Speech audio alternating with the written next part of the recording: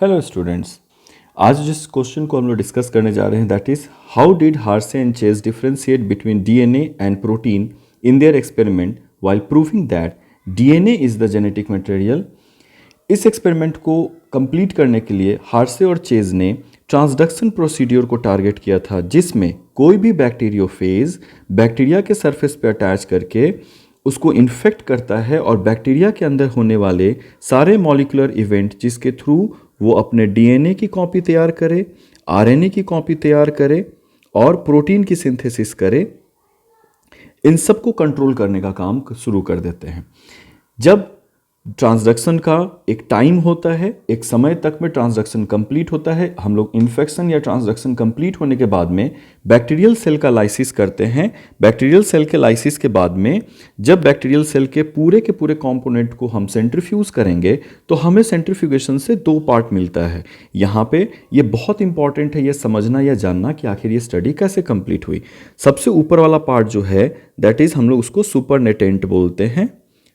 और ऑब्वियसली होगा, जिससे आप आसानी से जान सकते हैं कि ये हल्के होंगे अपने वजन में या वेट में, जबकि नीचे वाले पार्ट को हम लोग सेलुलर कंपोनेंट्स के तौर पे जानते हैं। अगर कोई भी पार्टिकल जो बैक्टीरिया के अंदर में या बैक्टीरिया को इन्फेक्ट करने की कोशिश कर रहा है और अगर वो बैक्टीरियल सेल के बाहर रह जा रहे हैं और लाइटर इन मॉलिक्यूलर वेट है, बाहर रह जा रहे हैं, तो नॉर्मली वो मॉलिक्यूल्स सुपरनेटेंट में पाए जाते हैं। इससे ये पता चला कि जब हम बैक्टीरियोफेज के कैप्सिड को टारगेट कर रहे थे रेडियो एक्टिविटी के लिए, आपको भी पता है बायोमॉलिक्यूल के तौर पे ये और वायरस के भी स्ट्रक्चर के तौर पे पता होगा कि कैप्सिड जो होते हैं वो प्रोटीन से मिलकर के बने हुए होते हैं और प्रोटीन के सिंथेसिस में अमाइनो एसिड की ज़रूरत पड़ती है। हम दो अमाइनो एसिड्स मेथियोनिन और सिस्टीन को टारगेट कर रहे थे, जो basically sulphur containing amino acids होते हैं और इन सल्फर को हम लोग रेडियो एक्टिव बनाते हैं, जिससे हम मेथियोनिन और सिस्टीन कंटेनिंग प्रोटीन का पोजीशन को डिटेक्ट कर सकते हैं। सेंट्रीफ्यूगेशन के बाद में ये आसानी से पता चल रहा था कि जो हमारे प्रोटीन हैं जिस पर रेडियो एक्टिव अमाइनो एसिड्स पाए जा रहे थे वो बेसिकली सुपरनेटेंट में पाए जा रहे हैं, जबकि किसी भी तरह की सेलुलर एक्टिविटी में किसी भी तरह का रेडियो एक्टिविटी शो नहीं हो रहा था। अगर मैं चाहूँ तो यहाँ पे नोट कर देता हूँ, no radioactivity. Now in his second study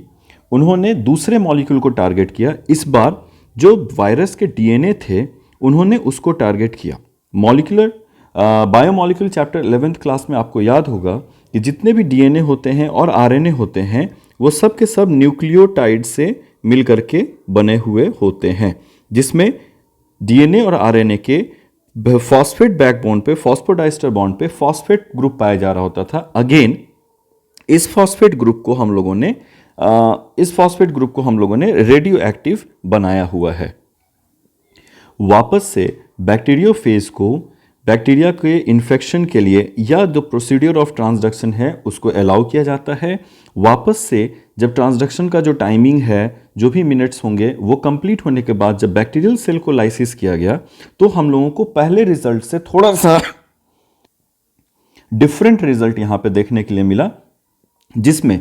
पहले रीडिंग में जहां सुपरनेटेंट रेडियो एक्टिव दिख रहे थे, इस बार में जो सेलुलर कंपोनेंट है वहां पे रेडियो एक्टिविटी दिखाई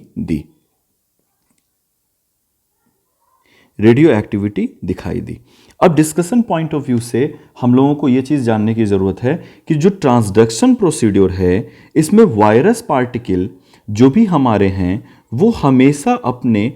जेनेटिक मटेरियल को सेलुलर कंपोनेंट के अंदर में ट्रांसफर करने की कोशिश करते हैं, ताकि उसके जो मॉलिक्यूलर इवेंट्स हैं, चाहे वो डीएनए हो या फिर प्रोटीन हो या आरएनए सिंथेसिस हो, इन सबको वो कंट्रोल कर सके। पहले एक्सपेरिमेंट में अगर प्रोटीन को रेडियो एक्टिव किया गया था और प्रोटीन अगर जेनेटिक मटेरियल होता तो जेनेटिक मटेरियल के तौर पे प्रोटीन बैक्टीरिया के अंदर में ट्रांसफर हुए होते इनसाइड द बैक्टीरिया और रेडियो एक्टिविटी सेलुलर पार्ट में दिख रहा होता, जबकि ऐसा हुआ नहीं। जबकि डीएनए के केस में जब हमने डीएनए को रेडियो एक्टिविटी फॉस्फोरस को टारगेट करते हुए किया था ट्रांसडक्शन होने के बाद में ये डीएनए जो है वो बैक्टीरियल सेल के अंदर में ट्रांसफ़र हुआ है और इसका रिजल्ट जो है वो सेलुलर लेवल के जो सेंट्रीफ्यूगेशन के बाद जो सेलुलर लेवल का जो आपके पैलेट्स फॉर्मेशन हुए हैं सेंट्रीफ्यूगेशन के बाद में बॉटम में वहाँ पे रेडियो एक्टिविटी दिख रही है, जो इजीली इस चीज़ को डिमॉन्स्ट्रेट करता है कि जेनेटिक मटेरियल जिसका ट्रांसफ़र हो रहा है वो एक्चुअली डीएनए है, प्रोटीन को ट्रांसफ़र ही नहीं किया जा रहा है, इसलिए वो जेनेटिक मटेरियल के तौर पे काम नहीं कर सकते हैं। Thank you so much.